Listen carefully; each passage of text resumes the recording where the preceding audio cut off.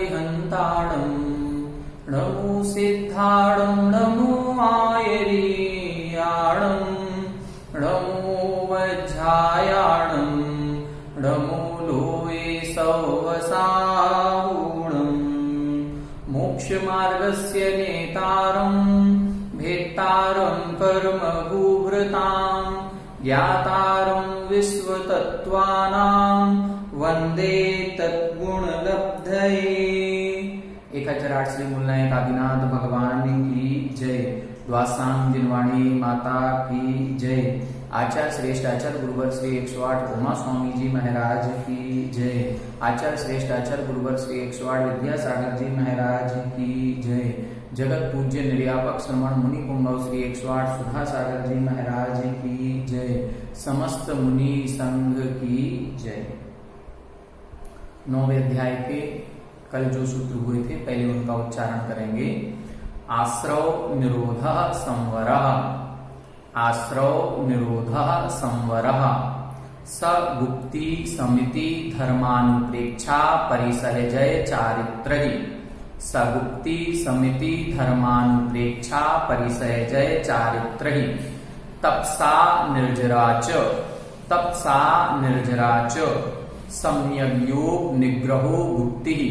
सम्यग् योग निग्रहो गुप्ति। ईर्याभाषैषणादान निक्षेपोत्सर्गाः समितयः। ईर्याभाषैषणादान निक्षेपोत्सर्गाः समितयः। उत्तम क्षमा मार्दवार्जौ शौच सत्य संयम तपस्त्यागा किंचन्य ब्रह्मचर्याणि धर्मः। उत्तम क्षमा मार्दवार्जौ शौच सत्य संयम तपस्त्यागा किंचन्य ब्रह्मचर्याणि धर्मः। अनित्याशरण संसारैकत्वा न्यत्वा शुच्यास्रव संवर निर्जरा लोक बोधि दुर्लभ धर्म स्वाख्या तत्वानुचिंतन मनुप्रेक्षाः। अनित्याशरण संसारैकत्वा न्यत्वा शुच्यास्रव संवर निर्जरा लोक बोधि दुर्लभ धर्म स्वाख्या तत्वानुचिंतन मनुप्रेक्षाः। यहां तक कल अपना हो गया था। एक बार कल के सूत्रों का संक्षेप में रिवीजन करेंगे। कल अपन ने 9वें अध्याय को प्रारंभ किया था। इसमें मुख्य रूप से संवर तत्व और निर्जरा तत्व का वर्णन है। संवर की परिभाषा बताई थी। आश्रव का निरोध होना ही संवर कहलाता है। आश्रव जो कर्मों का हो रहा था वो कर्मों का आश्रव का रुक जाना यही संवर कहलाता है। आश्रव के कारण हमने 5 बताए थे। पहले अपन ने 8वें अध्याय में पढ़े थे। कौन कौन से? मिथ्यात्व, अविरति, प्रमाद, कसाय और योग। जैसे जैसे एक एक आश्रव का कारण नष्ट होता जाएगा वैसे वैसे हमारे कर्मों का संवर भी होता जाएगा। कल हमने आपको विस्तार से बताया था बंध योग्य प्रकृतियां 120 होती हैं। उन 120 प्रकृतियों का बंध इन 5 कारणों से होता है। जैसे जैसे एक एक कारण हटता जाएगा वैसे वैसे कर्मों का संवर होता जाता है। वो जो संवर हो रहा है वो उसको हम बंध विच्युत्ति कहते हैं। यहाँ चूंकि मोक्ष मार्ग का प्रकरण है तो मोक्ष मार्ग के प्रकरण में वो बंध विच्युत्ति वाला संवर तो लेना ही है। साथ में एक और संवर जो मोक्ष मार्ग में उपयोगी है उसको भी ग्रहण करना है। वो कौन सा? वो ये है कि हम अपने आत्म परिणामों के विशेष से आत्म परिणामों की विशुद्धि पूर्वक जो कर्म जिस गुण स्थान में बंध सकते हैं उनको भी आना रोक दे, उसका नाम संवर है। जैसे कल हमने बताया था कि कुछ कर्म प्रकृतियों की तो विच्युत्ति हो गई। जैसे मिथ्यात्व हमारे उदय में नहीं है तो 16 कर्म प्रकृतियां नहीं बंधेंगी। ये सामान्य संवर हुआ। लेकिन जो प्रकृतियां अभी बंधने के योग्य हैं, जो प्रकृतियों का बंध हो सकता है, जब हम उन प्रकृतियों के बंध योग्य परिणाम नहीं करेंगे और फिर वो प्रकृतियां नहीं बंधेंगी तब वो संवर हमारे मोक्ष मार्ग में कार्यकारी होगा। तो यहाँ जो इन्होंने संवर की बात लिखी इसीलिए संवर के जो भेद लिखे हैं यहाँ इन्होंने गुप्ति, समिति, धर्म, अनुप्रेक्षा, परिसहजय और चारित्र ये लिखे हैं। यहाँ सम्यक दर्शन नहीं लिखा। देखें, गुप्ति, समिति, धर्म, अनुप्रेक्षा, परिसहजय और चारित्र लिखा। सम्यक दर्शन क्यों नहीं लिखा?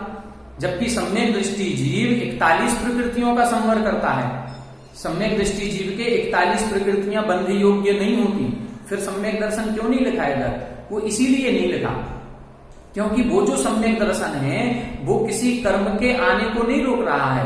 कर्म के आने को रोकेंगे हम गुप्ति के द्वारा, समिति के द्वारा, धर्म आदि भावनाओं के द्वारा। जब हम इन प्रकार के जो ये कारण बताए हैं इनका पुरुषार्थ पूर्वक प्रयास करते हैं और फिर जो कर्म बंधने योग्य हैं फिर भी हम उनको नहीं बांधेंगे तो वो संवर कहलाता है। गुप्ति किसे कहते हैं? अब इसमें एक और सूत्र रह गया, तपसा निर्जरा च। तप के द्वारा संवर भी होता है और निर्जरा भी होती है। तप के द्वारा कर्म आना रुकते भी हैं और जो पूर्व में कर्म आ चुके हैं उनको क्षय भी किया जाता है। तो जो तप है तप संवर में भी कारण है और निर्जरा में भी कारण है। गुप्ति किसे कहते हैं? गोपनम गुप्ति। गोपन का मतलब होता है रक्षा करना। किसकी रक्षा करना? आत्मा की रक्षा करना। किससे रक्षा करना है? संसार के कारणों से। संसार का कारण क्या है? ये कर्म। तो इन कर्मों से आत्मा की रक्षा करने का जो साधन है उसको हम गुप्ति कहते हैं। काय वांग मनः कर्म योगः सा आश्रवः। काय वचन और मन की क्रिया योग है, उससे कर्मों का आश्रव होता है। तो सबसे पहले यही उपदेश दिया कि पहले मन वचन काय की प्रवृत्ति को रोकें, उसको हम गुप्ति कहेंगे। जब हम रोकने में समर्थ ना हो, हमारी असमर्थता हो जाए, तब जाकर के कहा कि अब यदि हमें कोई कार्य करना है, हमें चलना है, हमें कोई वस्तु उठाना रखना है, हमें बोलना है, आहार आदि लेना है, तब हम देख करके सोच करके करें, उसको बोलते हैं समिति। जो भी क्रिया की जाए वो सम्यक प्रकार से देख करके फिर की क्रिया की जाती है तो वो समिति कहलाती है। ईर्य समिति 4 हाथ जमीन देख करके चलना। भाषा समिति हित मित प्रिय वचन बोलना। आदान निक्षेपण समिति कोई भी वस्तु उठाने और रखते समय परिमार्जन करके उठाना रखना। उत्सर्ग समिति में क्या है? जो मलमूत्र आदि का क्षेपण हो रहा है वो भी प्रासुक स्थान पर निर्जंतु थान विलोकी अर्थात जीव रहित स्थान पर उत्सर्ग समिति होती है। ऐसा समिति में आहार आदि की शुद्धि रखी जाती है। धर्म के 10 भेद पड़े थे, उत्तम, क्षमा, मार्दव, आर्जव। इन 10 धर्मों को हम प्रतिवर्ष पर्युषण पर्व के दौरान सुनते हैं। सभी को बहुत अच्छे से याद है। उत्तम क्षमा क्रोध कसाय के अभाव में प्रकट होती है। मान कसाय के अभाव में मार्दव, मायाचारी जब नष्ट हो जाती है तो उत्तम आर्जव धर्म प्रकट होता है। लोभ कसाय का अभाव होता है तो उत्तम शौच धर्म आता है। 4 कसायों के अभाव में ये 4 धर्म प्रकट हो जाते हैं। फिर जब चारों कसाय अपनी अलग हो जाएंगी और अपने अंदर से जब चारों कसाय नहीं रहेंगी तो कभी असत्य वचन नहीं निकलेगा। हमने असत्य वचन के जब व्रत पढ़ा था, असत्यानुव्रत, उसकी भावनाओं में लिखा था क्रोध, लोभ, भीरुत्व, हास्य, प्रत्याख्यान। तो क्रोध, लोभ आदि कसायों का त्याग करना, क्योंकि सबसे ज्यादा झूठ इन कसायों के कारण से बोला जाता है। इसीलिए पहले 4 कसायों का अभाव किया तो 4 गुण आत्मा में प्रकट हुए। अब 4 कसायों का अभाव हो जाने से हमारे वचन की शुद्धि हो जाएगी तो सत्य धर्म आ जाएगा। फिर चारित्र की बात की गई। अब काय से चारित्र का पालन करें तो इंद्रिय संयम, प्राणी संयम के रूप में संयम के भेद किए। 12 तप के भेद में तप धर्म का उपदेश दिया गया।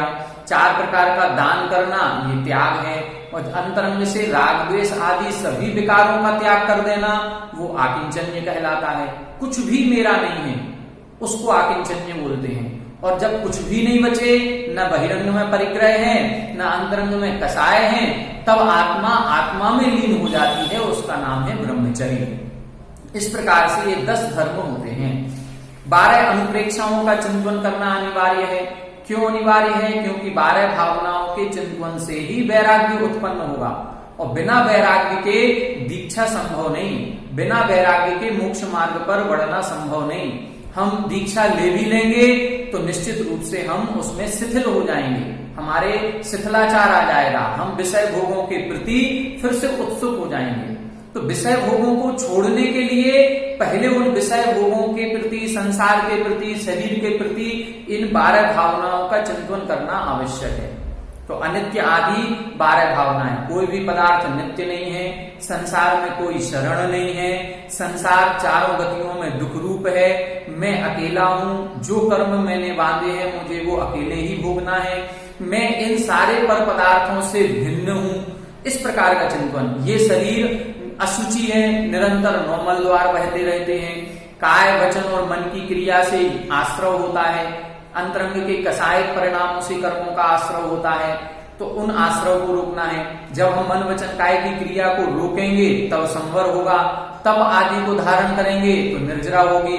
लोक कैसा है, इस लोक में एक भी स्थान ऐसा नहीं जहां पर हम घूम करके ना आए हों। स्वर्ग में भी होकर के आए, नरक में भी होकर के आए, लेकिन यदि हमारे अंतरंग में समता परिणाम नहीं है तो संपूर्ण लोक में एक भी स्थान ऐसा नहीं जो सुख देने वाला हो।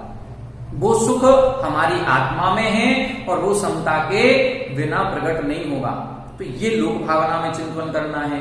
बोधि दुर्लभ भावना में चिंतन करेंगे अपनी पर्याय की दुर्लभता, कि इतने अनंतानंत जीव राशि है, 84 लाख योनियां हैं, उनमें से मात्र एक मनुष्य पर्याय ऐसी है जिससे मोक्ष की प्राप्ति या चारित्र ग्रहण किया जा सकता है, मोक्ष मार्ग पर बढ़ा जा सकता है।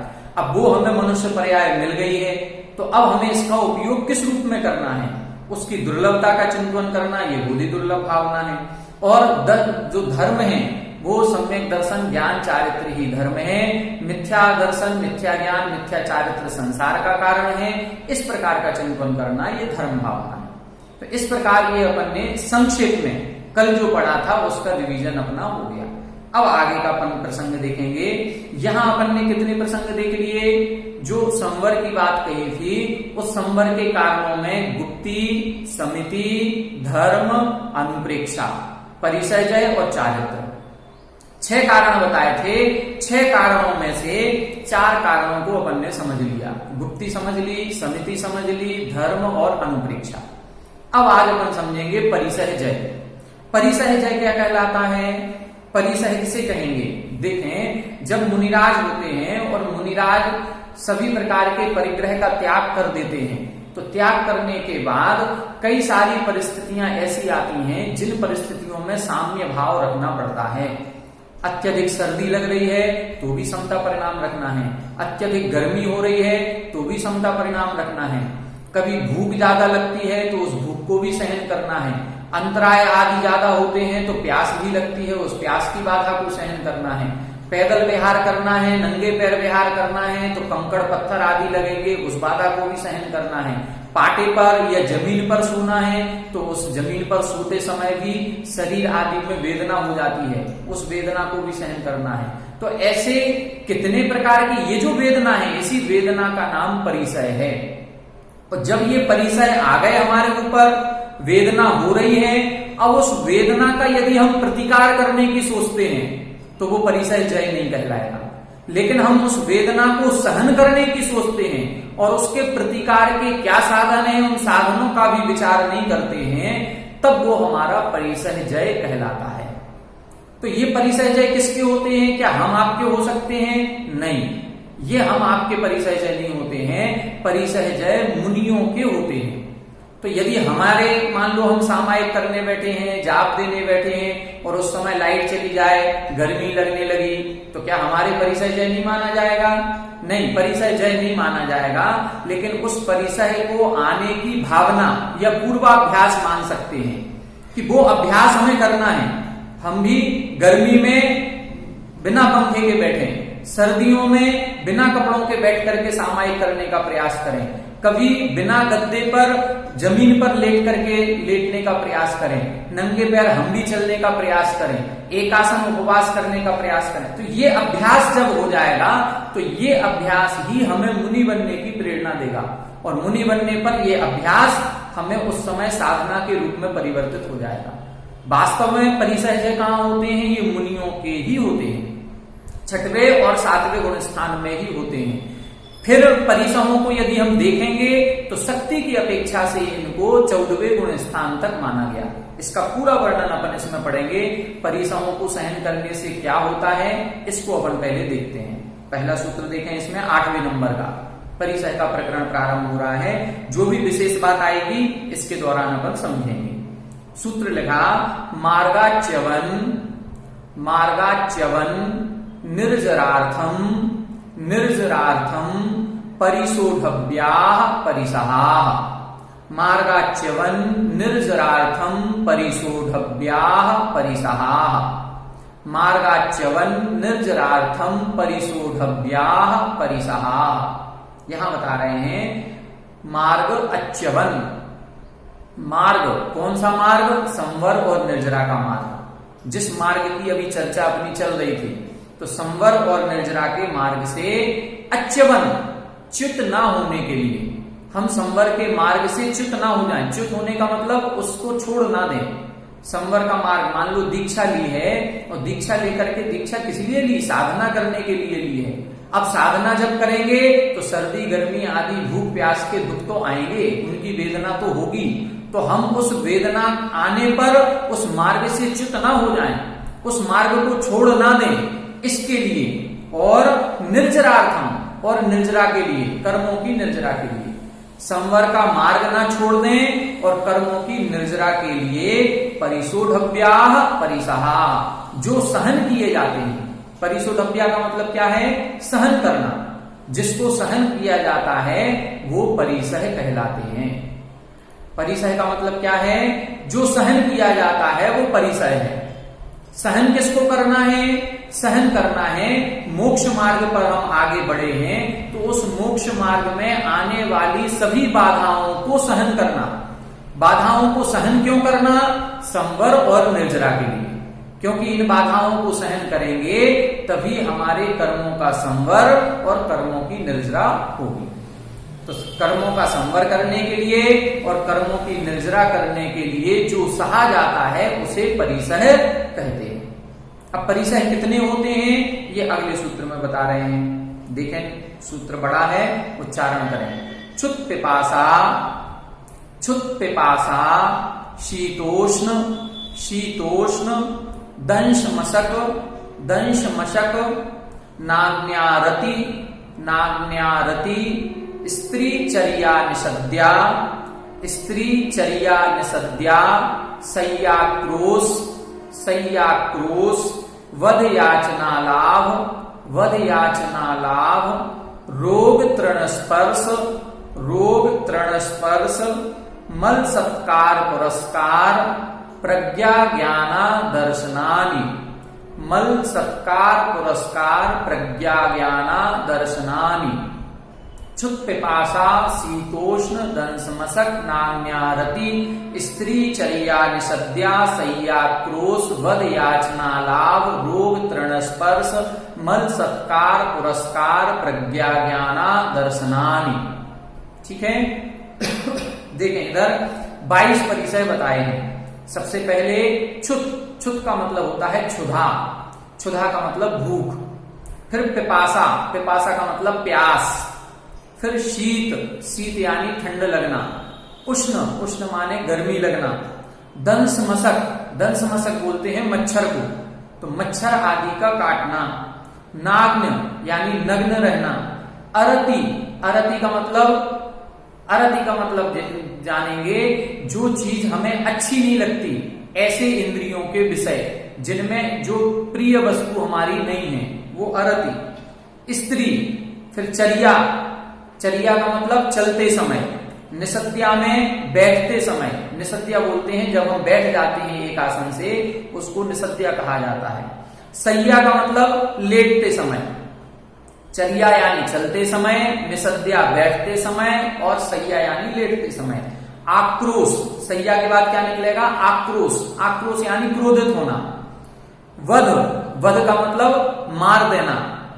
याचना, याचना यानी किसी से किसी प्रकार की डिमांड करना, मांगना। अलाभ, अलाभ का मतलब कोई वस्तु की प्राप्ति ना होना। रोग, रोग यानी बीमारी, जो शरीर में रोग आदि हो जाते हैं। तृण स्पर्श, चलते समय कांटा, कांच आदि का लग जाना। मल, मल का मतलब है शरीर पर मैल आदि का लग जाना। सत्कार पुरस्कार, सत्कार का मतलब होता है, ये सत्कार पुरस्कार एक ही परिचय है। सत्कार का मतलब होता है प्रशंसा और पुरस्कार का मतलब है सबसे आगे खड़ा करना। कई बार होता है किसी काम में सबसे आगे, सबसे पहले नंबर किसका नाम आएगा?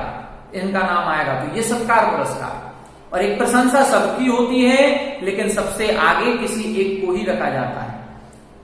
फिर प्रज्ञा यानी ज्ञान की अधिकता और अज्ञान का मतलब ज्ञान की कमी। और अदर्शन का मतलब है कोई विशेष रिद्धि आदि प्रकट ना होना। ये संक्षेप में एक एक लाइन में हमने परिभाषा बताई। तो 22 हो गए, कौन कौन से देख लें। क्षुधा, प्यास, शीत, उष्ण, दंशमशक, नाम्य, अरति, स्त्री, चर्या, निषद्या, सय्या, आक्रोश, वध, याचना, अलाभ, रोग, तृणस्पर्श, मल, सत्कार पुरस्कार, प्रज्ञा, अज्ञान और अदर्शन। ठीक है, 12 और 10 22, ऐसे ये 22 परिसर होते हैं। अब इनको अपन सामान्य से संक्षेप में एक एक परिसर को समझ लेते हैं। क्षुधा, क्षुधा का मतलब क्या है। क्षुधा की वेदना होना। देखें, आप लोगों ने साधुओं को देखा होगा, साधु एक आसन तो प्रतिदिन करते ही करते हैं, दिन में एक बार ही भोजन लेना है और उस एक बार के भोजन करने में भी अंतराय आदि का पालन करना है। उस एक बार के भोजन करने में भी नियम या विधि पूर्वक आहार करना है। वो जब भी वृत्ति परिसंख्यान तक होता है, जब भी आहारचर्या के लिए निकलेंगे तो कोई ना कोई एक विधि लेकर के निकलेंगे, एक नियम लेकर के निकलेंगे कि यदि ऐसा ऐसा मिल जाएगा तो हम आहार करेंगे, अन्यथा नहीं करेंगे। और कई बार ऐसी विधि कठिन कठिन ले लेते हैं कि 10 दिन 15 दिन तक निकल जाते हैं और विधि नहीं मिलती। तो अब 15 दिन तक उनका आहार नहीं हुआ तो क्या 15 दिन तक भूख नहीं लगेगी? लगेगी। भूख की बाधा नहीं होगी, भूख की बाधा होगी। कई बार होता है आहार के लिए गए, विधि भी मिल गई और विधि मिलने के बाद पहले ग्रास में ही अंतराय आ गया। अब पहले ग्रास में ही अंतराय आने पर अब उन्होंने भोजन छोड़ दिया तो क्या भूख की बाधा नहीं होगी उनको दिन भर? भूख की बाधा तो होगी। देखो, शरीर है, शरीर को एनर्जी चाहिए तब साधना कर पाएंगे और वो एनर्जी भोजन से मिलेगी। और भोजन यदि हम नहीं कर पाएंगे तो शरीर की शक्ति भी क्षीण होगी और हमारे जो पेट है या जठराग्नि है वो तो चाहेगी कि कुछ ना कुछ मिलना चाहिए, तो वो भूख की बाधा उनको होगी। लेकिन उस भूख की बाधा को शांत भाव से सहन करना। कितने भी दिन हो जाएं, कितने ही अंतराय हो जाएं, बीच में उपवास भी है। कई महाराजों का होता है कि उनका अष्टमी का उपवास है, चतुर्दशी का उपवास है। अब हो सकता है कि आज सप्तमी के दिन आहार के लिए निकले, विधि नहीं मिली और अष्टमी का उपवास है। नवमी के दिन गए और पहले ही ग्रास में अंतराय हो गया, तो अब कितने 3 दिन हो गए। तो ऐसा कई प्रसंग ऐसे साधनों के आते हैं, ये कहलाएगी भूख की बाधा। तो भूख की बाधा उत्पन्न होने पर भी उस ओर ध्यान न जाना कि हमें भूख लग रही है और अपने जो 6 आवश्यक उनके हैं, जो उनको 6 आवश्यकों का पालन करना है, सामायिक आदि करना है, प्रतिक्रमण करना है, जो भी चर्या उनको करनी है, उस चर्या में रंच मात्र भी दोष न लगाना। ऐसा नहीं है कि 3 होगा कि आज प्रतिक्रमण नहीं पढ़ेंगे, आज हमारी हिम्मत नहीं है, ऐसा नहीं होगा। हम लोग अपनी चर्या और उनकी चर्या को ध्यान से देखें तो कितना अंतर है। हम लोग कई सारे आवश्यकों को टाल देते हैं। आज उपवास है तो आज रहने दो, अब ये काम नहीं करते हैं। अब जाप देने में कौन बैठ करके नहीं देते, अब लेटे ही लेटे पढ़ लेते हैं। कितने हम लोग कितनी शिथिलता कर लेते हैं, लेकिन मुनिराजों की ये शिथिलता नहीं होती। ये कहलाएगा क्षुध परिसहजय, क्षुधा परिसहजय। पिपासा का मतलब प्यास। अब गर्मियों के जब मौसम होते हो, गर्मियों के मौसम में और बिहार भी चल रहा है, अंतराय भी हो रहे हैं, अब बताओ कैसे काम चलता होगा? क्या गला नहीं सूखता होगा? गला सूखता है, जीव तालु ये चिपकने लगते हैं पानी की कमी के कारण से, लेकिन फिर भी उस प्यास परिसह को सहन करते हैं। ये परिसहजय कहलाएगा, उस प्यास को सहन करना। हम लोग होंगे तो हम लोगों को तो ऐसा लगता कि फिर से पानी ले आओ, फिर से पानी ले आओ, दिन भर पानी पीते रहते हैं। एक आसन उपवास भी करते हैं तो हम लोग शाम को पानी की छूट ले लेते हैं। एक आसन किया है आज, लेकिन शाम को पानी ले लेंगे। उपवास किया है लेकिन पानी की छूट ले ली। और मुनिराजों को देखो, उधर कुछ भी नहीं है। तो ये प्यास परिसहजय है। कई बार जब इन परिसहों की चर्चा करें या कभी इन परिसहों पर चिंतन करें, तब आप उनकी चर्या को देखें कि कितना परिसह सहन करते हैं, कितनी बड़ी साधना है। और जब ये परिसह सहन होंगे तभी संवर और निर्जरा होती है। स्तोपदेश में आचार्य पूज्यपाद स्वामी ने लिखा है, परिसहाद्य विज्ञाना दास्रवस्य निरोधिनी जायते ध्यात्म योगेन कर्मणा मासु निर्जरा। परिसह आदि का ज्ञान नहीं होने से जो अध्यात्म योगी हैं, जो ध्यान करने वाले मुनिराज हैं, उनके आश्रव को रोकने वाली, दाश्रवस्य निरोधनी, आश्रव को रोकने वाली मतलब संवर पूर्वक निर्जरा आशु जायते, शीघ्र होने लगती है। आप दिन भर आहार करके आएंगे, फिर एक सामायिक करेंगे, उतने कर्मों की निर्जरा नहीं होगी। और जिस दिन आहार नहीं हो पाया, अंतराय ज्यादा हो गया, फिर भी आपने सामायिक में उतना ही मन लगाया, आज निर्जरा ज्यादा होगी, आज कर्मों का आश्रव ज्यादा रुकेगा। तो ये संवर और निर्जरा इसमें विशेष रूप से होती है। शीत का मतलब है सर्दी की बाधा होना। सर्दी में आप लोगों ने कभी बिहार करवाया हो साधुओं का, तब अंदाजा लगता है कि जब बिहार होता है तो बिहार में 15 किलोमीटर बाद अब रात को कहीं रुकना है, अब कहां रुकेंगे? अपने घर जैसा स्थिति तो है नहीं कि खिड़की दरवाजे बिल्कुल सब पैक मिल जाएंगे, कि बंद कमरा मिल जाएगा, ऐसा कुछ नहीं। मैक्सिमम जगह बिहार होता है तो मैक्सिमम स्थान मिलते हैं सरकारी स्कूल, जहां सरकारी स्कूल में महाराज को ठहरा दिया जाता है। और सरकारी स्कूलों की कंडीशन क्या होती है, हम सरकारी स्कूल में ही टीचर हैं, कि वहां पर खिड़कियों के दरवाजे नहीं है, दरवाजे हैं तो चटकनी नहीं है, दरवाजे हैं तो टूटे हुए हैं, ऊपर जाला लगा है लेकिन उसमें कोई किवाड़ वगैरह कुछ भी नहीं है, ऐसी स्थिति में रुकवा देते हैं। और एक कमरे में स्कूल की जो दीवारें होती हैं वो स्कूल के हिसाब से बनाए गए, तो उजाले के लिए एक कमरे में 5-5 खिड़कियां होती हैं बड़ी बड़ी। अपन लोग तो छोटी खिड़की रखेंगे, दरवाजा भी लगा देंगे, लेकिन वो स्कूल है तो स्कूल के हिसाब से उधर जब 4 खिड़की होंगी बड़ी बड़ी, तो कहीं ना कहीं से तो हवा आएगी, कहां तक रोकेंगे उस हवा को? और जब उस हवा को अपन लोग जब रात को सोते हैं और रजाई थोड़ी सी, कंबल थोड़ा सा ऊपर नीचे होता है और हवा जब अंदर से जाती है तो हमें लगता है कि ठंड कैसी होती है। अब मुनिराज को ना तो रजाई लेना है, ना चादर लेना है, कुछ नहीं, एक सादा पटिए पर नग्न अवस्था में लेटना है। अब वो पाटा भी ठंडा होगा, बाहर से हवा भी ठंडी आ रही है, अब उस शीत वेदना को सहन करना है। कैसे सहन करना है? उस समय कंबल याद नहीं आना चाहिए।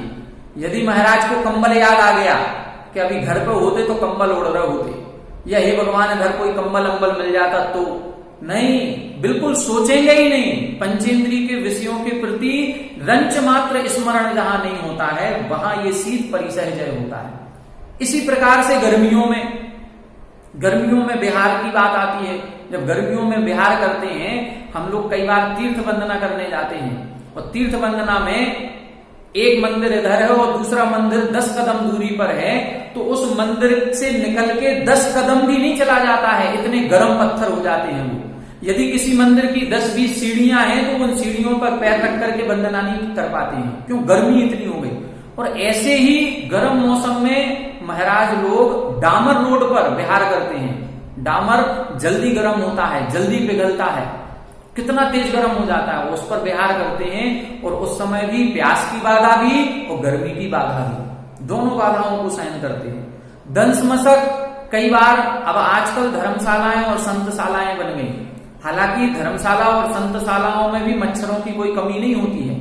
पहले के जमाने में तो महाराज लोग, अब बिहार चल रहा है तो बीच जंगल में ही रुकना है, तो अब जब बीच में जंगल में खेतों में रुकेंगे तो उधर मच्छर, मक्खी, कई तरह के जीव जंतु होते हैं जो रात में उनको परेशान करेंगे, तो उस बाधा को भी सहन करना है। ये दंश मशक का मतलब तो होता है मच्छर, लेकिन मच्छर के साथ साथ अन्य सारे जीव जंतुओं को ले लेंगे जो उड़ने वाले हों, शरीर को कष्ट पहुंचाने वाले हों, काटने वाले हों। अब अपन लोग, कई बार हम लोग गर्मियों में क्या करते हैं, छत पे सोते हैं। अब जब छत पे सो जाते हैं तो सुबह 5 बजे से मक्खी भिनभिनाने लगती है, सबसे पहले आएंगी। अब वो मक्खी सोने नहीं देती, फिर इधर आएगी, फिर इधर बैठेगी, फिर इधर बैठेगी। अब जब महाराज यदि सामायिक कर रहे हो, या कभी अपन ने सामायिक भी हो, एक जाप देने बैठे हो, वो एक मक्खी यदि इधर इधर घूमती है तो हमारा सामायिक में मन नहीं लगता। अब मक्खी कोई विशेष दर्द नहीं दे रही है, कोई काट नहीं रही है हमको, लेकिन जब वो चेहरे पे भी घूमती है तो हमारा मन इधर से उधर हो जाता है। अब उधर इन सब बाधाओं को सहन करना है, ये सारी बाधाओं को सहन करना, ये दंश मशक। नग्न होकर के सारे संसार में परिभ्रमण करना, ये सबसे बड़ा परिसहजय है। नग्न होकर के हम खुलेआम अपने घर में नहीं हो पाएंगे, हमारे अंदर विकारी भाव आ जाएगा और उनको नग्न होकर के संपूर्ण नगर में, हर गली में, जहां पर सारे स्त्री पुरुष सब देख रहे हैं, और उस तरह से विहार करना ये बहुत बड़ा परिचय है। अपनी इंद्रियों को कंट्रोल में रखना, अपने ब्रह्मचर्य की साधना करना, ये बहुत बड़ी बात है, ये बहुत बड़ा परिचय है। अरति, अरति का मतलब है पंचेंद्रिय के विषयों के प्रति निरुत्सुक हो जाना। निरुत्सुक का मतलब कई बार ऐसे प्रसंग बनेंगे कि उनको स्पर्शन इंद्रिय या रसना इंद्रिय के जो प्रिय विषय हैं वो नहीं मिलेंगे। मान लो आहार में करने गए हैं, अब आहार करते समय जो वस्तु बिल्कुल पसंद नहीं, वो ही बनाई है उस चौके में, क्या करेंगे? आहार लेंगे कि नहीं लेंगे?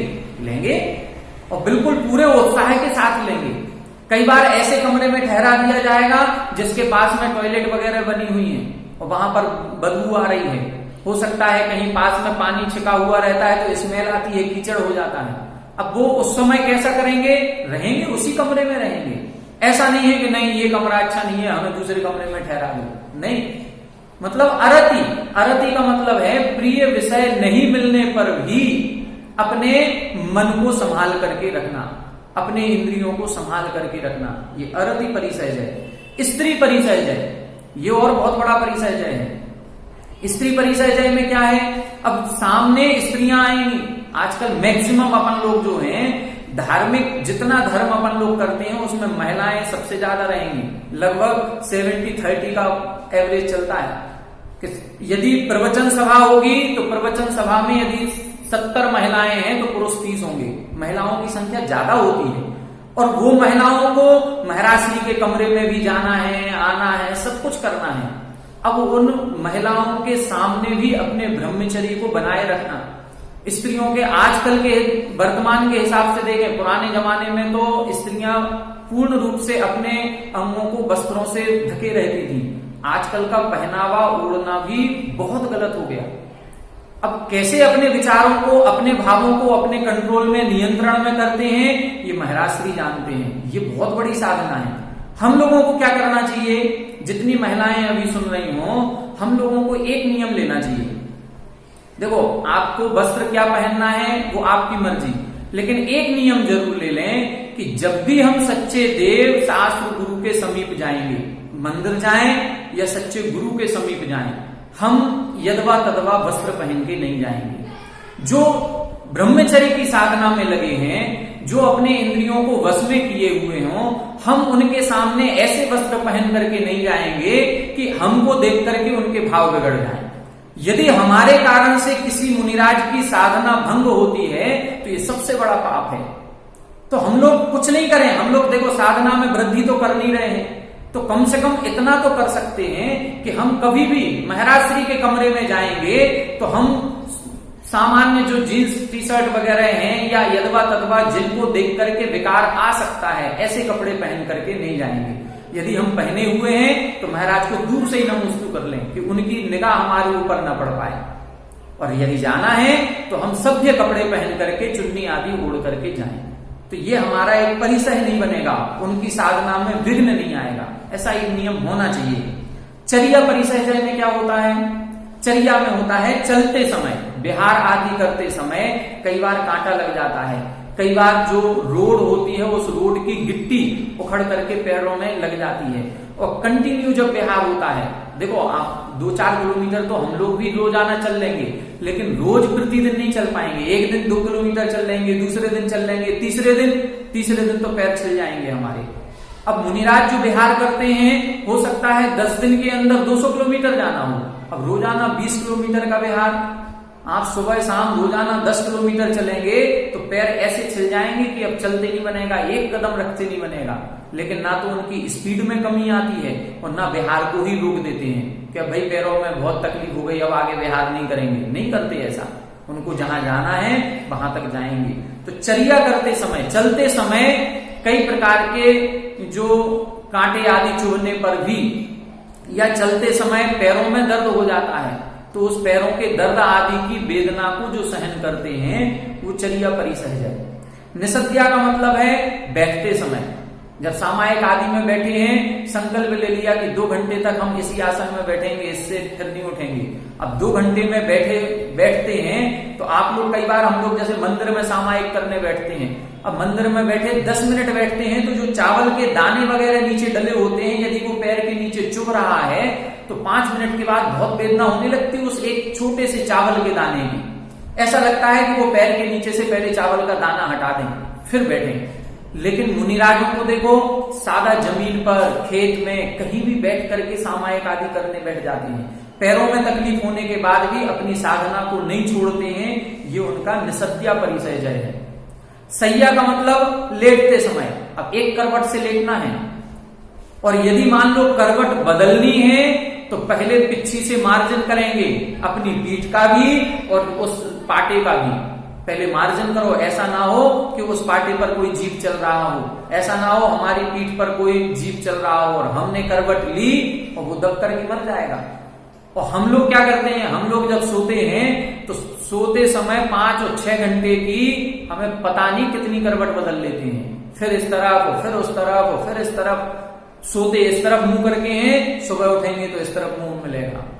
तो ये क्या अपन लोग समझते ही नहीं है इस बात को कि एक करवट लेते समय भी मुनिराज कितना ध्यान रखते हैं। मतलब उतनी गहरी नींद नहीं लेते हैं कि उनको करवट का अंदाजा ना हो, उनको उसी प्रकार की नींद लेनी है कि उनको ये ध्यान रहे कि अब हम करवट बदल रहे हैं तो पहले मार्जन करें। बहुत बड़ी साधना है ये। तो सैया यानी लेटते समय जो भी वेदना हो रही है उस वेदना को सहन करना। आक्रोश, आक्रोश का मतलब है क्रोध के निमित्त मिलने पर भी क्रोध नहीं करना। कई बार होता है, अब अपन लोग तो अपनी समाज के बीच में रहते हैं, जब मुनिराज विहार करते हैं तो कई गांव ऐसे मिलेंगे जहां जैन समाज का एक भी घर नहीं, कई नगर ऐसे मिलेंगे जहां पर सारे अदर कास्ट के लोग हैं। कई लोग मुनियों पर उपसर्ग करते हैं, कमेंट्स करते हैं, गंदे गंदे शब्द बोलते हैं। अब मन में उन शब्दों को सुनकर के क्रोध का भाव आ सकता है, लेकिन फिर भी क्रोध नहीं करेंगे, फिर भी अपने परिणामों को संभालेंगे। ये आक्रोश, क्योंकि नग्न रहना है। अब नग्न रहते हुए यदि हम किसी गांव से निकलेंगे तो गांव में कई प्रकार के लोग रहेंगे और कई सारे साधुओं के साथ कई प्रकार की घटनाएं भी आज वर्तमान में होने लगी हैं। इसलिए ये कोशिश होनी चाहिए कि कोई भी साधु हमारे नगर से यदि निकलता है तो कम से कम नहीं तो 10-20 लोग उन साधुओं के साथ विहार अवश्य करें। कभी भी ऐसा मौका ना आ पाए कि कोई साधु संघ अकेले ही विहार कर रहा हो।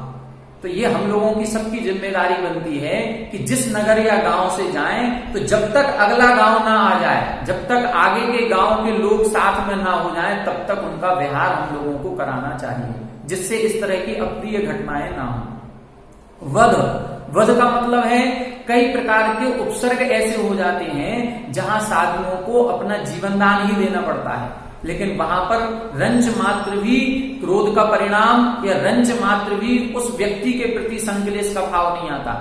शास्त्रों में कई सारे उदाहरण ऐसे पड़े हैं कि एक राजा ने 500 मुनियों को, कुछ नहीं, कोई बैर नहीं, कोई किसी का बिगाड़ नहीं किया, लेकिन 500 मुनियों को घानी में पिलवा दिया। अब घानी में पिलने का मतलब समझ लो कि वो जो तेल की पराई होती होगी उसमें मुनियों को डाल दिया और एक भी मुनि ने कुछ नहीं कहा। 700 मुनियों के ऊपर उपसर्ग हुआ। हस्तिनापुर में रक्षाबंधन की कथा में पढ़ते हैं, चारों तरफ आग लगा दी गई, मांस आदि को जलाया गया। कितनी भयानक बदबू रही होगी, कैसा धुआं रहा होगा कि श्वास भी नहीं ले पा रहे हैं। अब ऐसे में किसी प्रकार का विरोध नहीं करके अपनी आत्म साधना में लीन हो जाना, समाधि मरण ले लेना, ये वध परिचय को सहन करना है। कई मुनिराजों को उन्होंने कहा स्यालनी आई, स्यालनी खा गई, बाघिन आई, बाघिन ने उपसर्ग कर दिया, या 5 पांडव थे उनको लोहे के गर्म आभूषण पहना दिए गए, तो मरण स्वीकार कर लिया लेकिन उसका विरोध नहीं किया। ये विरोध नहीं करना, ये वध नाम का परिचय जय कहलाएगा। याचना, याचना का मतलब है कि जब आहार आदि कई बार नहीं मिलता है तो याचना नहीं करेंगे। ऐसा नहीं है कि आज हमें विधि नहीं मिली तो अब दोबारा उठते हैं, अब हम कि अब सामायिक के बाद एक बार फिर उठेंगे, क्यों 3 दिन से विधि नहीं मिली हमारी, नहीं करेंगे। किसी भी प्रकार की कोई याचना नहीं करेंगे, किसी को बताएंगे नहीं कि हमारी विधि ये है, कल तुम इस प्रकार से पड़गान करने खड़े हो जाना, अब हमारे 10 दिन हो गए, आहार नहीं मिला अभी तक। उस विधि को नहीं बदलेंगे हम लोग। यदि मन में कोई विधि लेंगे तो हम लोग तो यदि आहार नहीं मिलेगा तो विधि चुपचाप बदल लेंगे, किसको बताया और किसको पता। लेकिन वो साधना ऐसी है कि वहां किसी को बताने और ना बताने का कोई प्रसंग नहीं, वहां तो एक मन का संकल्प है कि ऐसा मिलेगा तो हम आहार करेंगे। शांति सागर महाराज श्री के बारे में कहा जाता है कि एक बार उन्होंने नियम लिया कि एक बैल के सींग पर गुड़ लगा हो। जब हमें ऐसा बैल दिख जाएगा जिसके सींग पर गुड़ लगा होगा, उसके बाद हम चौके में आहार करेंगे। अब बताओ, बैल के सींग में गुड़ कैसी, मतलब कल्पना, ऐसी विधि कैसे दिमाग में आती होगी, और कैसे वो सोच लेते हैं कि ऐसी विधि हमें मिलेगी कि नहीं मिलेगी। वो ये सोचते हैं कि हमारे पुण्य में होगा तो ऐसी विधि जरूर मिलेगी। और कई सारे दिन निकलने के बाद भी ऐसे जब मौके नहीं आए तो अचानक प्रकृति भी ऐसी तरह की परिस्थिति बना देती है। एक बार दो बैल आपस में लड़ रहे थे और लड़ते लड़ते पास में ही एक दुकान थी, वो गुड़ की दुकान थी, उस गुड़ की दुकान में घुस गए वो, और दोनों घुसे तो एक के सिंग में वो पूरी गुड़ की ढेली जो थी वो पूरी फंस गई। अब जैसे ही फंसी, अब वो बैल घबराहट में बाहर भागा, और वहीं से मुनिराज शांति सागर महाराज श्री आ रहे थे। उनकी यही विधि थी कि गाय के सींग में वो गुड़ लगा हुआ था, वो देख लिया, आगे जो चौका मिला उसने आहार कर लिया। तो कैसी विधि लेते थे। अब ये विधि यदि उन्होंने ली है तो ये किसी को बताते नहीं थे कि हमारी ये विधि है। जब आहार हो जाएगा उसके बाद बताएंगे कि इतने दिन से आहार क्यों नहीं हो रहा था और आज क्यों हुआ। तो हो सकता है बताना चाहे तो बता दें, लेकिन यदि आहार नहीं मिल रहा है तो कभी याचना नहीं करेंगे, मांगेंगे नहीं। ये कहलाता है याचना परिसय है। अलाभ का मतलब भी इसी में लगाना है कि किसी वस्तु का लाभ नहीं होने पर उसके लाभ के प्रति इच्छा नहीं करेंगे।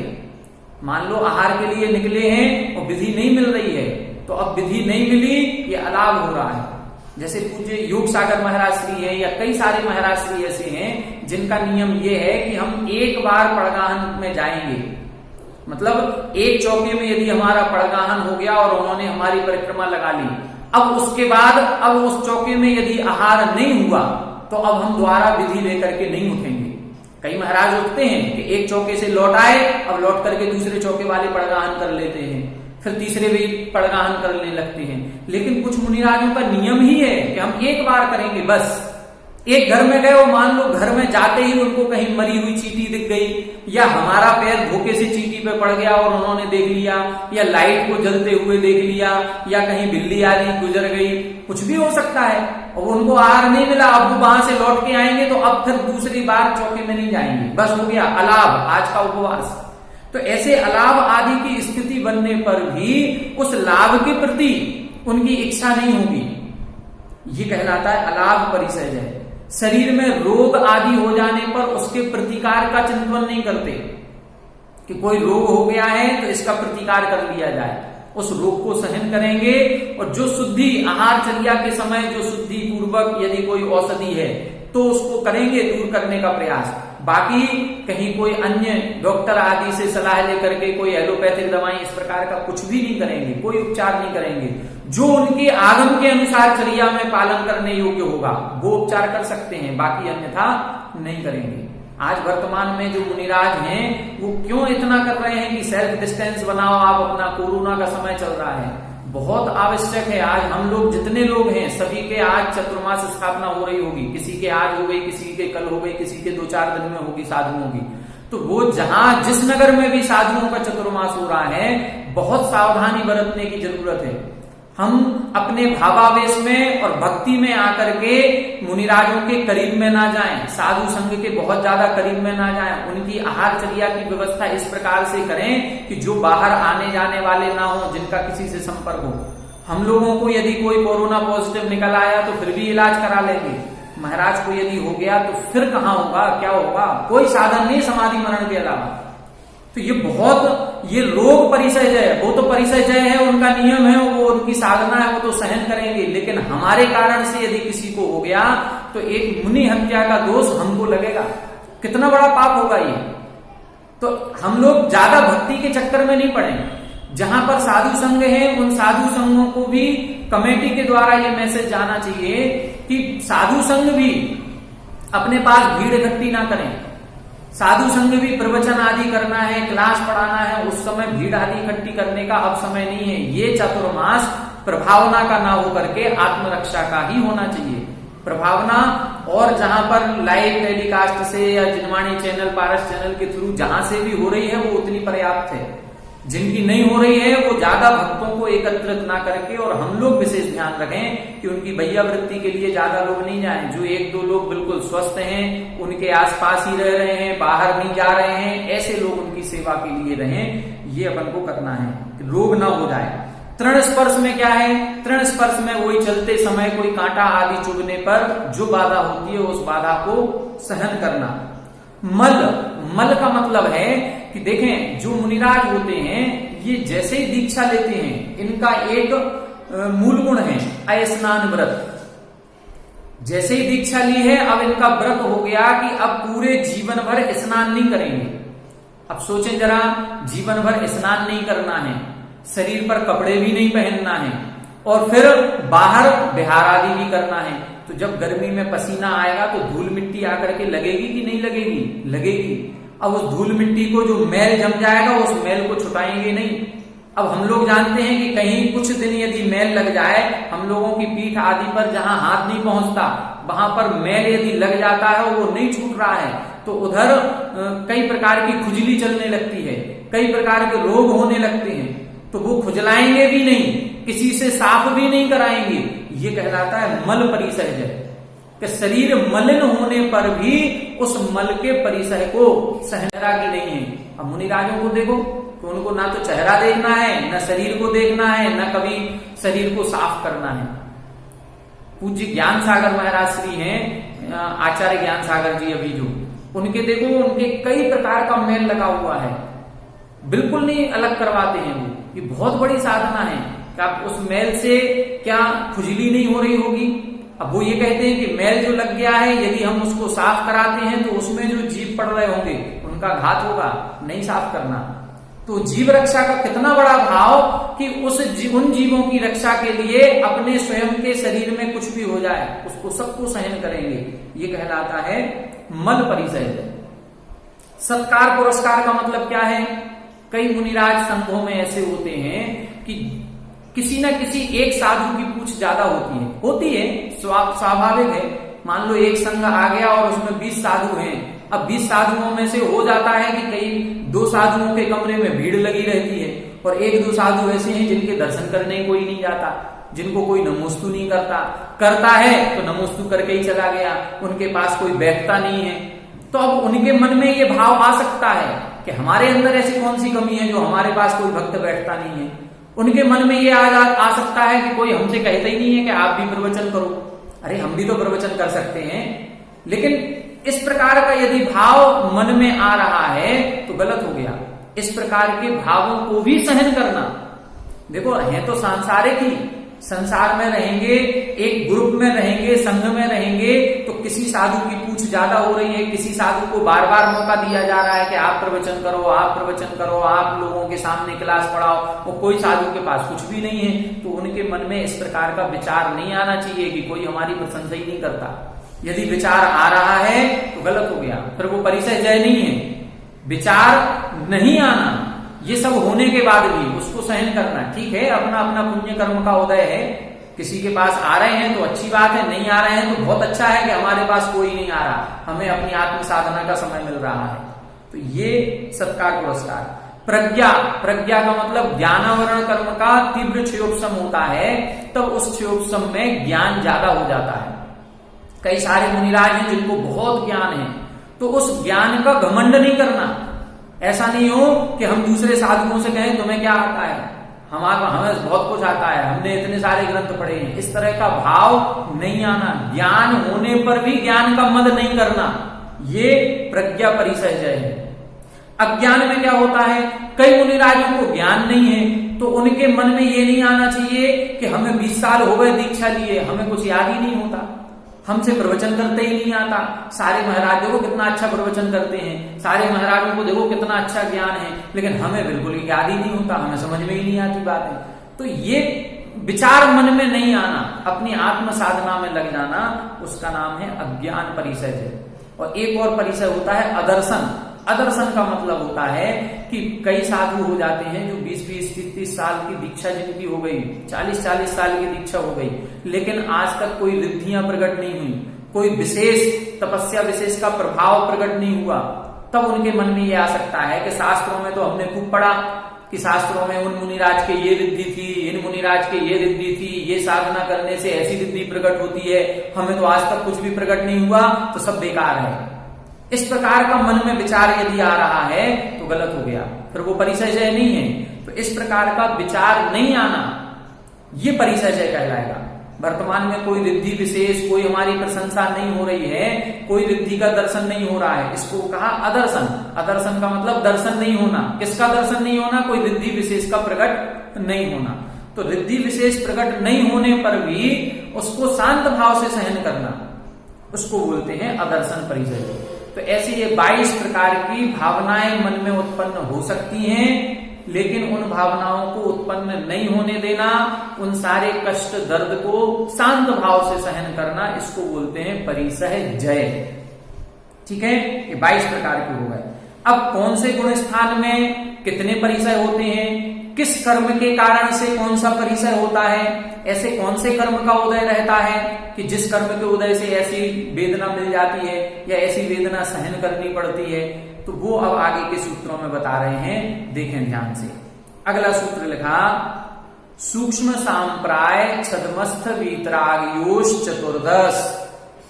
सूक्ष्म सांप्राय छदमस्थ वीतरागयोश चतुर्दश।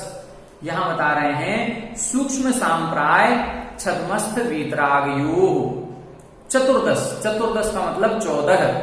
कुल कितने परिसय हैं? 22। तो 22 परिसय में से सूक्ष्म सांप्राय, सूक्ष्म सांप्राय नाम का कौन सा गुण स्थान है? 10वां गुण स्थान।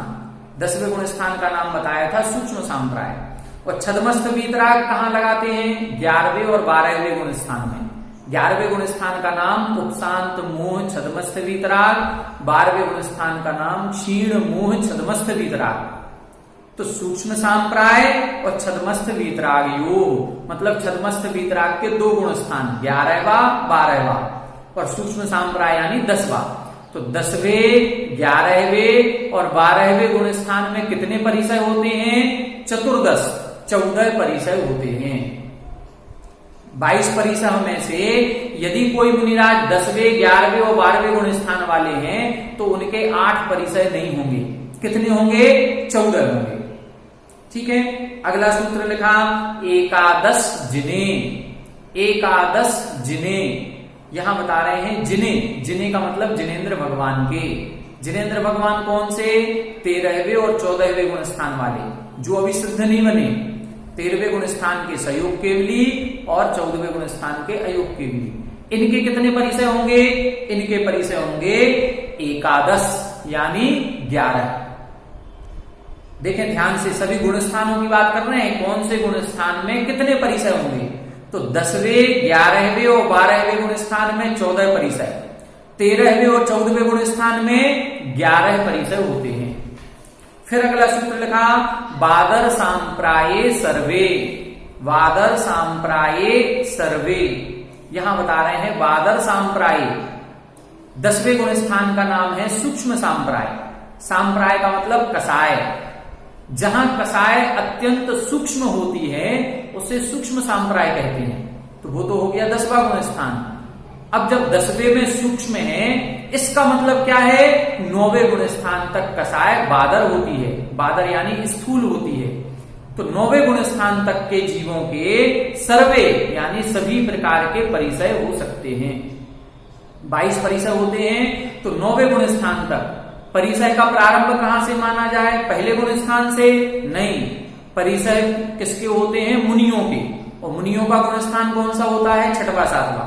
तो 6वें गुण स्थान से परिसय प्रारंभ होंगे। तो 6वें 7वें 8वें और 9वें, इन 4 गुण स्थानों में पूरे 22 परिसय सर्वे। 10वें 11वें 12वें गुण स्थान में 14 परिसय, 13वें और 14वें में 11 परिसय। ठीक है, ये इन्होंने गुण स्थानों की अपेक्षा बता दिया। तो क्या केवली भगवान के भी परिसय होता है? केवली भगवान के भी क्या वेदना होती है? या 11वें 12वें गुण स्थान में जब मुनिराज आत्म ध्यान में लीन है उस समय कैसे परिसय माना जाए? ये जो बताया गया है ये कर्म के उदय की अपेक्षा से बताया गया है। वास्तविकता में वहां परिसय नहीं होते। क्यों नहीं होते? जब वेदना होगी, उस वेदना का अनुभव होगा, तब तो उसको जीतने का भाव आएगा। लेकिन 10वें 11वें 12वें आदि गुण स्थानों में जो वेदना होती है उस वेदना का अनुभव ही नहीं होता, क्योंकि आत्म ध्यान में लगे हैं। जब या तो ध्यान आत्मा की ओर होगा या बाहर की ओर होगा। जब मुनिराजों का ध्यान आत्मा की ओर होता है तो हमें बाहर का कुछ भी ध्यान नहीं रहता। इसीलिए लिखा परिसहाद्य विज्ञानात्, परिसहादि अविज्ञानात्, परिसय आदि का ज्ञान नहीं होने से। जैसे हम लोग अभी क्लास पढ़ रहे हैं तो जिनका ध्यान हमारी क्लास की तरफ, हमारी आवाज की तरफ, शब्दों की तरफ होगा, उनको बाहर की आवाजें सुनाई नहीं देंगी हमें। और यदि बाहर की आवाज सुनाई दे रही है इसका मतलब है आपका ध्यान हमारे शब्दों की तरफ है ही नहीं। ध्यान एक समय में एक तरफ होगा, या तो हमारी क्लास की तरफ होगा या बाहर की बातों की तरफ होगा। बाहर की बातों की तरफ है तो हमारी आवाज सुनाई नहीं देगी, उस समय हमें कुछ भी सुनाई नहीं देगा। घर पे टीवी चल रही हो और टीवी में कुछ चल रहा हो, हम देख रहे हो और उसी समय कोई बातें करने लगता है तो जितनी देर हमने उससे बातें की उतनी देर हमें टीवी की बात सुनाई नहीं देती। फिर हम उससे कहते तुम और बात करने लगे, पता नहीं क्या निकल गया, क्या बोल दिया उसने, समझ में ही नहीं आया। तो ये एक होगा। इसी तरह आत्मा के साथ होता है कि जब मुनिराज अपनी आत्मा में लीन हो जाते हैं तो उनको बाहर का भान ही नहीं होता। फिर मच्छर काट रहा हो, चाहे शेर खा रहा हो, कुछ भी, चाहे लोहे के गर्माभूषण पहनाए जा रहे हैं, उनको आभास ही नहीं होगा। आभास कहां होता है? आभास होता है जब हम आत्म ध्यान में नहीं है, तब उनको आभास होगा। तो 6वें 7वें गुण स्थान में ही परिसहजय होता है। जब हम आत्मा के ध्यान में नहीं है, हम तो सामान्य सामायिक करने बैठे थे, हम आत्म ध्यान में डूबे ही नहीं। अब ऐसे में मच्छर काटेगा तो हमारा ध्यान जाएगा। अब हमारा ध्यान जाएगा कि मच्छर काट रहा है, मच्छर काट रहा है। अब उस समय उस वेदना को सहन कर रहे हैं, हम मच्छर को नहीं उड़ाएंगे, भले ध्यान जा रहा है हमारा, उसको बोलेंगे हम बोलेंगे परिसहजय। लेकिन जहां मच्छर के काटने का एहसास ही नहीं है, अनुभव ही नहीं है, वहां परिसहजय नहीं होता। तो फिर 14वें गुण स्थान तक क्यों लिखे परिसय? ये कर्म की अपेक्षा से लिखे हैं। अभी अपन आगे 3 सूत्रों में पढ़ेंगे कि कौन सा परिसय किस कर्म के कारण से होता है, और फिर वो कर्म का उदय कौन से गुण स्थान तक होता है, उस अपेक्षा से ये लिखे गए। देखें अगला सूत्र देखें तो सब समझ में आ जाएगा। अगला सूत्र लिखा है ज्ञानावरणे प्रज्ञा ज्ञाने, ज्ञानावरणे प्रज्ञा ज्ञाने। यहां बता रहे हैं ज्ञानावरणे, ज्ञानावरण कर्म के कारण से प्रज्ञा ज्ञाने। तो प्रज्ञा और अज्ञान ये 2 परिसय हैं। अपन ने पढ़े थे 22 परिसय में प्रज्ञा और अज्ञान परिसय। तो प्रज्ञा और अज्ञान परिसय ये ज्ञानावरण कर्म के उदय के कारण से होते हैं। अब अपन ये देखें कि ज्ञानावरण कर्म का उदय कहां तक होता है? ज्ञानावरण कर्म का उदय होता है 12वें गुण स्थान तक। 12वें गुण स्थान तक हम ज्ञानावरण कर्म के प्रभाव में हैं। तो 12वें गुण स्थान तक ये दोनों परिसय हो जाएंगे। अब चाहे 12वें गुण स्थान में ध्यान की अवस्था ही है तो उधर परिसय जय नहीं होगा, लेकिन उस ज्ञानावरण कर्म का उदय है, उस कारण से इधर परिसय मान लिए जाते हैं। ये उपचार कथन कहलाता है। अगला देखें, ये 2 समझ में आ गए, ज्ञानावरण प्रज्ञा ज्ञान। ज्ञानावरण कर्म के उदय से कौन कौन से परिसय? प्रज्ञा और अज्ञान। अब अगला सूत्र देखें, दर्शन मोहांतराययो, दर्शन मोहांतराययो रदर्शना लाभौ, दर्शन मोहांतराययो रदर्शना लाभौ। यहां बता रहे हैं दर्शन मोह, मोहिनी कर्म के 2 भेद होते हैं, एक दर्शन मोह, एक चारित्र मोह। तो यहां लिखा है दर्शन मोह और फिर लिखा है अंतराय। तो 2 कर्म हो गए, दर्शन मोहिनी कर्म और अंतराय कर्म। इनसे क्रमशः 2 परिसय होंगे, अदर्शन अलाभौ, अदर्शन और अलाभ। तो ये 2 परिसय बनने पड़े थे। अब इनको क्रम से लगाएं। अदर्शन परिसय दर्शन मोहिनी कर्म के उदय से और अलाभ परिसय अंतराय कर्म के उदय से होता है। जो अपन ने ये पढ़े हैं, इधर देखें ये अलाभ परिसय लिखा है। तो ये अलाभ परिसय कौन से कर्म से हो रहा है? अंतराय कर्म के उदय से। ठीक है। और जो अदर्शन परिसय हो रहा है ये दर्शन मोहिनी कर्म के उदय से हो रहा है। प्रज्ञा और अज्ञान परिसय ये ज्ञानावरण कर्म के उदय से हो रहा है। बाकी के और कैसे होते हैं? अगला सूत्र लिखा, चारित्र मोहे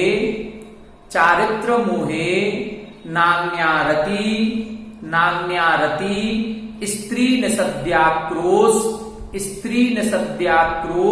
याचना सत्कार पुरस्कारा। चारित्र मोहे नान्यारति स्त्री निषद्याक्रोश याचना सत्कार पुरस्कारा। अब यहां बता रहे हैं चारित्र मोहे। अभी ऊपर बताया था दर्शन मोहिनी कर्म के कारण से, तो दर्शन मोहिनी के उदय में अदर्शन नाम का परिसय, और चारित्र मोहिनी के उदय में, चारित्र मोहिनी कर्म के उदय में 7 परिसय होते हैं। 7 कौन कौन से? नान्य, अरति, स्त्री, निषद्या, आक्रोश, याचना और सत्कार पुरस्कार। ये 7 परिसय किस कारण से हो रहे हैं? चारित्र मोहिनी कर्म के उदय से। अब देखें कितने हो गए? 2 परिसय बताए, प्रज्ञा और अज्ञान ज्ञानावरण के उदय से। अदर्शन परिसय बताया दर्शन मोहिनी के उदय से। अलाभ परिसय बताया अंतराय के उदय से। और 7 परिसय हो गए ये चारित्र मोहिनी के उदय से। कितने परिसय हो गए? 7 ये हो गए, एक अदर्शन, एक अलाभ, तो 9, और एक प्रज्ञा और एक अज्ञान, 11 हो गए। तो 11 परिसय किसने कर्म हो गए? ज्ञानावरण, दर्शन मोहिनी, अंतराय और चारित्र मोहिनी। अब बाकी और बचे, तो अगला लिखा है वेदनीय शेषाः। अब जो शेष बचे हैं, कितने बचे? अब 11 और बचे। 22 परिसय होते हैं कुल, तो 22 में से 2 ज्ञानावरण से हो गए, एक अंतराय से, एक दर्शन मोहिनी से और 7 चारित्र मोहिनी से, 11 हो गए। अब कितने बचे? 11 और बचे। ये पूरे 11 परिसय वेदनीय कर्म से होते हैं। ठीक है, अब क्लियर हो गया। अब वेदनी कर्म का उदय कहां तक होता है? वेदनी कर्म का उदय होता है 14वें गुण स्थान तक। अब 14वें गुण स्थान तक वेदनी कर्म का उदय है, और वेदनी से कितने हो रहे हैं? 11। इसीलिए लिखा था एकादश जिने। 14वें गुण स्थान वाले कौन हैं? जिनेन्द्र भगवान हैं। तो जिनेन्द्र भगवान के 11 परिसय क्यों लिखे थे? वो 11 परिसय वेदनी कर्म के कारण वाले होंगे, और कर्म तो सब नष्ट हो गए उनके। ज्ञानावरण भी चला गया, दर्शन मोहिनी, चारित्र मोहिनी भी चला गया, और अंतराय भी चला गया। तो इन कर्मों के कारण से जो परिचय हो रहे थे वो उनके नहीं होंगे, लेकिन वेदनी कर्म है उनके उदय में। तो वेदनी कर्म उदय में होने के कारण से 13वें और 14वें गुण स्थान में 11 परिचय लिखे हैं। अब इसको हम बोर्ड पर 2 मिनट में आपको समझाए दे रहे हैं, सब समझ में आ जाएगा। अब अपन बोर्ड पर देख लें। ठीक है, देखें इधर हमने ये आपको पहले से बना के रखे हैं। यहां अपन को देखना है ये 22 परिसयों के नाम लिखे। अब अपन को क्या करना है, इसका चार्ट बनेगा। तो एक लाइन में परिसय का नाम लिखें, दूसरे कॉलम में कर्म लिखें किस कर्म के कारण से, और तीसरे कॉलम में अपन गुण स्थान लिखेंगे। गुण स्थान कैसे बनेगा? उस कर्म का उदय जिस गुण स्थान तक पाया जाए उस गुण स्थान तक परिसय होंगे। अब अपन ने क्या पढ़ा, देखें ध्यान से। पहला सूत्र पढ़ा ज्ञानावरणे प्रज्ञा ज्ञाने। तो ज्ञानावरण कर्म के कारण से प्रज्ञा और अज्ञान। अब देखें प्रज्ञा ज्ञान कहां लिखा, ये लिखे 20 और 21 नंबर पर। तो यहां लिख लेंगे अपन ज्ञानावरण। ये कौन सा कर्म हो गया? ज्ञानावरण। और अज्ञान भी ज्ञानावरण। ठीक है, अब ज्ञानावरण कर्म का उदय कहां तक होता है? ज्ञानावरण कर्म नष्ट हो जाता है 12वें गुण स्थान के अंतिम समय में। तो 13वें में केवल ज्ञान हो जाता है। तो 12वें गुण स्थान तक ज्ञानावरण कर्म का उदय है, इसलिए ये दोनों परिसय कहां तक होंगे?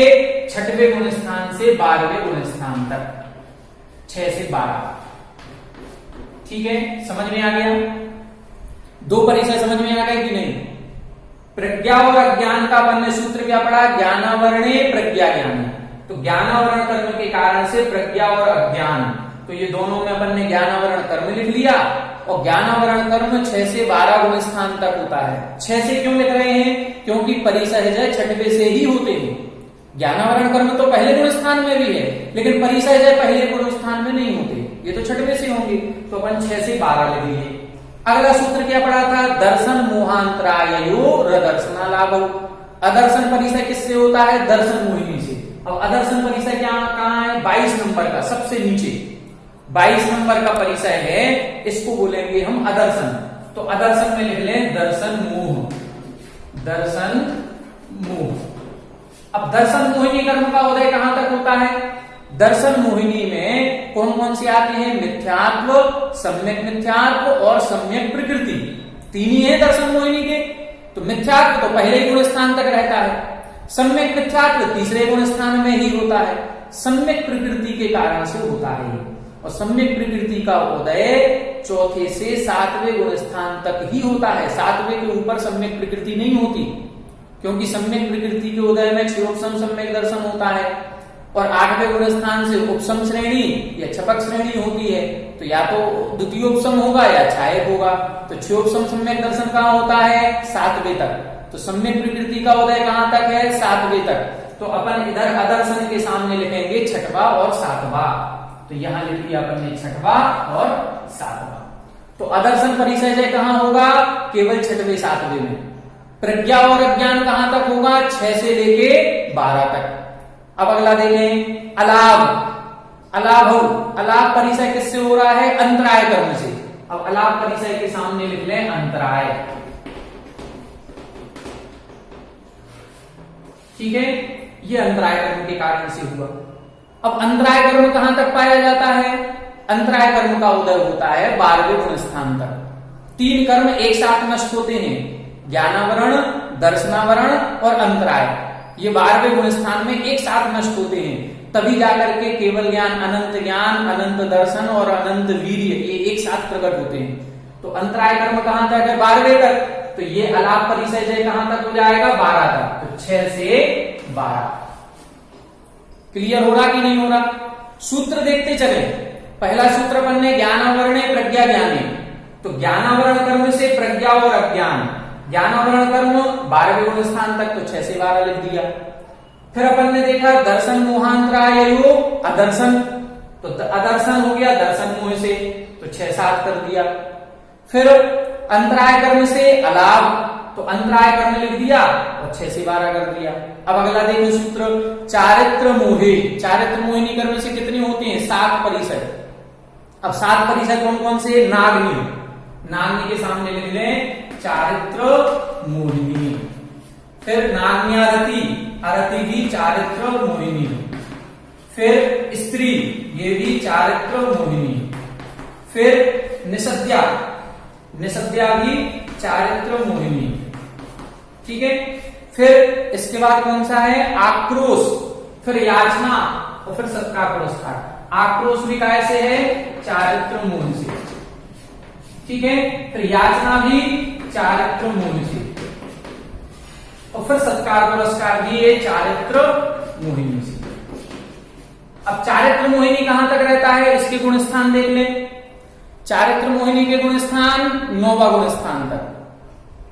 चारित्र मोहिनी के गुण स्थान, जो चारित्र मोहिनी यानी कसायों का तीव्र उदय जो होता है वो 9वें गुण स्थान तक। 10वें गुण स्थान में सूक्ष्म लोभ का उदय होता है, लेकिन वो अत्यंत सूक्ष्म होने से उधर उसको नहीं माना गया परिसरों के क्षेत्र में।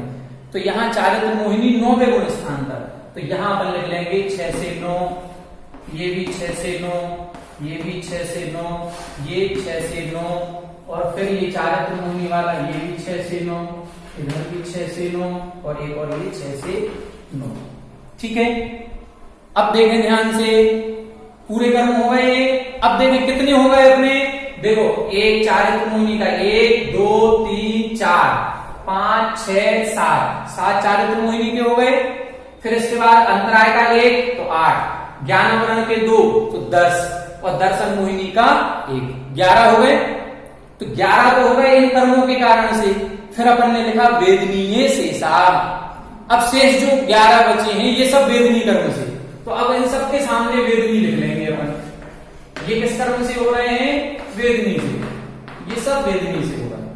5 इधर हो गए, ये चलिया भी वेदनी से, फिर इधर सैया भी वेदनी से और फिर इधर भी वेदनी से बध,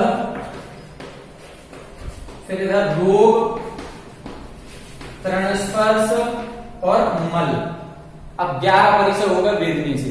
वेदनी कर्म का उदय कहां तक होता है? वेदनी कर्म का उदय होता है 14वें गुण स्थान तक। वेदनी 14, जहां जहां वेदनी लिखा वहां वहां 6 से 14 कर लेंगे। ठीक है, अब ये 6 से 14 देखो धीरे से अपना पूरा चार्ट बन गया, कर्म का भी बन गया और गुण स्थान का भी बन गया कि कौन सा परिचय कौन से गुण स्थान तक पाया जाता है, ये क्लियर हो गया। अब अपन एक सूत्र देखें, कौन सा? अपन ने पढ़ा था सूक्ष्म सांप्राय छद्मस्थ वीतरागयोश चतुर्दश। तो छद्मस्थ वीतरागयोश चतुर्दश 10वें 11वें और 12वें गुण स्थान में कितने परिचय? 14 परिचय। तो 8 कौन से कम हो गए? 8 कम हो गए। चारित्र मोहिनी के साथ होते हैं 9वें गुण स्थान तक है। जब 9वें गुण स्थान तक है जो परिचय वो 10वें में होगा क्या? नहीं होगा। 11वें में नहीं होगा, 12वें में नहीं होगा। तो 7 तो ये कम हो गए चारित्र मोहिनी वाले, ये 9वें तक ही है। और एक दर्शन मोहिनी का ये 7वें तक ही होता है। तो ये 8 परिचय कम हो गए। ये 8 कम हो जाने से अब 10वें 11वें और 12वें गुण स्थान में कितने बचे? 14 बचे। 22 में से 8 घटा दें तो 14 परिचय हो गए। ठीक है, फिर अपन ने पढ़ा वेदनीय शेषा एकादश जिनेन्द्र भगवान के 11। तो अब उनके 11 कौन से कम हुए? उनके 11 कम हो गए। 8 तो ये कम हो गए। 7 चारित्र मोहिनी के, 1 दर्शन मोहिनी का। अब उनके ज्ञानावरण कर्म भी नष्ट हो गया। तो ज्ञानावरण से प्रज्ञा और अज्ञान 2 ये भी नहीं होंगे। तो 8 2 10। और फिर 1 अंतराय कर्म भी नष्ट हो गया। तो अंतराय कर्म का अलाभ भी नहीं होगा। तो ये 11 नहीं होंगे, वेदनी कर्म है, इसलिए वेदनी संबंधी 11 होंगे। बादर सांप्राय सर्वे, बादर कसाय में सारे होते हैं। तो बादर कसाय में सारे हो ही रहे। 6वें 7वें आदि गुण स्थानों में पूरे हैं। 6वें गुण स्थान में और 7वें गुण स्थान तक पूरे हैं। 8वें और 9वें में 21 होंगे। 1 कम हो जाएगा दर्शन मोहिनी का। ठीक है, दर्शन मोहिनी से अदर्शन होता है, वो 7वें गुण स्थान तक ही है। तो 6वें और 7वें में पूरे 22, 8वें 9वें में 21, 10वें 11वें 12वें में 14, 13वें और 14वें में 11 परिचय होते हैं। इस प्रकार से इसको समझना चाहिए। अब एक सूत्र और अपन देख लें, परिचय का चैप्टर खत्म हो जाएगा। एक सूत्र अगला लिखा कि एक साथ परिचय होंगे तो कितने हो सकते हैं। तब इन्होंने लिखा एकादयो भाज्या युगपदे कस्मिन्नैकोन विंशते। एकादयो भाज्या युगपदे कस्मिन्नैकोन विंशते। एकादयो भाज्या, एक आदि करके, एक से प्रारंभ करें, भाज्या यानी विभाग करेंगे, तो युगपत यानी एक साथ, एकस्मिन एक आत्मा के, एकोन विंशते 19 परिचय तक हो सकते हैं। 22 में से एक साथ कितने परिचय हो सकते हैं? कोई मुनिराज हैं, वो ध्यान कर रहे हैं, अब उनके एक साथ कितने परिचय बन सकते हैं? तो एक साथ 19 परिचय तक बन सकते हैं। पूरे 22 किसी के नहीं बनेंगे। क्यों नहीं बनेंगे? क्योंकि 22 में से देखें, अब शीत और उष्ण 2 वेदना है, तो या तो ठंडी लग रही होगी या गर्मी लग रही होगी। तो यदि शीत परिचय होगा तो उष्ण परिचय नहीं होगा, उष्ण परिचय होगा तो शीत परिचय नहीं होगा। तो एक कम हो गया। इसी प्रकार आगे देखें, चर्या, निषद्या और सैया। चर्या परिचय होता है चलते समय, निषद्या परिचय होता है बैठते समय, और सैया परिचय होता है लेटते समय। तो 3 में से एक ही अवस्था तो होगी। जिस समय चल रहे होंगे उस समय चर्या परिचय होगा, निषद्या और सैया नहीं होगा। जिस समय निषद्या में बैठे होंगे उस समय चर्या और सैया वाला नहीं होगा। जिस समय लेटे होंगे उस समय चर्या और निषद्या नहीं होगा। तो 2 ये नहीं होंगे। तो 2 ये कम हो जाएंगे। एक शीतोष्ण में से कम हो गया, 3 कम हो गए। तो कितने बचे? 19। जब 22 में से 3 घटाए 19 परिचय एक साथ हो सकते हैं। अब वो स्थिति की कल्पना करें आप। आज आप सबको लिए एक होमवर्क है, आपको वो स्थिति सोचनी है कि उन मुनिराज के पूरे 19 परिचय घटित हो जाएं। अब आपको ये भी देखना है कि उनको भूख भी लग रही है, 4 दिन से आहार नहीं लिया, उनके प्यास भी लग रही है, गला सूख रहा है। अब उनके उष्णता भी है, शीत में से उष्ण मान लें अपन, तो गर्मी का मौसम होगा तब गर्मी लगेगी। फिर उनके नग्नता भी है, उनके ऐसे कमरे में ठहरा दिया जहां पर उनके मन के अनुकूल वातावरण नहीं है, तो अरिति भी होगा। उसी समय कोई स्त्री भी आई हुई है तो स्त्री परिचय भी हो जाएगा। उसी समय कोई उनको भला बुरा भी कह रहा है तो आक्रोश परिसय भी होगा, हो सकता है उसी समय कोई उनको मारने वाला भी हो तो वध परिसय भी हो जाएगा। मतलब ऐसी परिस्थिति देखें कि एक ही समय में सारे वातावरण बन रहे होंगे, तो 19 परिसय एक साथ हो सकते हैं। कम से कम होंगे तो एक, और अधिक से अधिक होंगे तो 19 परिसय एक ही आत्मा के एक साथ बन सकते हैं। ठीक है, यहां तक अपना परिसय का पूरा प्रकरण जो था वो पूरा हो गया। अब आगे कल अपन चारित्र का वर्णन प्रारंभ करेंगे। ठीक है, आज के लिए इतना ही। जय जय।